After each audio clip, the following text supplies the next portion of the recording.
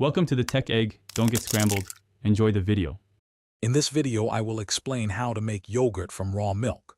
First, gently heat your raw milk to 180 degrees Fahrenheit. This crucial step, called pasteurization, eliminates any undesirable bacteria while preserving the milk's natural goodness. Once heated, let the milk cool down to 110 degrees Fahrenheit. This temperature is perfect for introducing your yogurt culture, ensuring it thrives and creates delicious, creamy yogurt.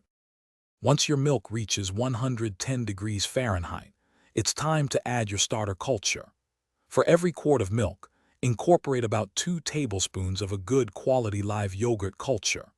Stir it in gently until it's fully dissolved. Now, transfer your mixture to an incubator or a warm spot, maintaining a steady temperature between 105 and 115 degrees Fahrenheit for 6 to 8 hours. This allows the beneficial bacteria to work their magic. After about 6 hours, gently check your yogurt for a firm set. It should look like a soft custard.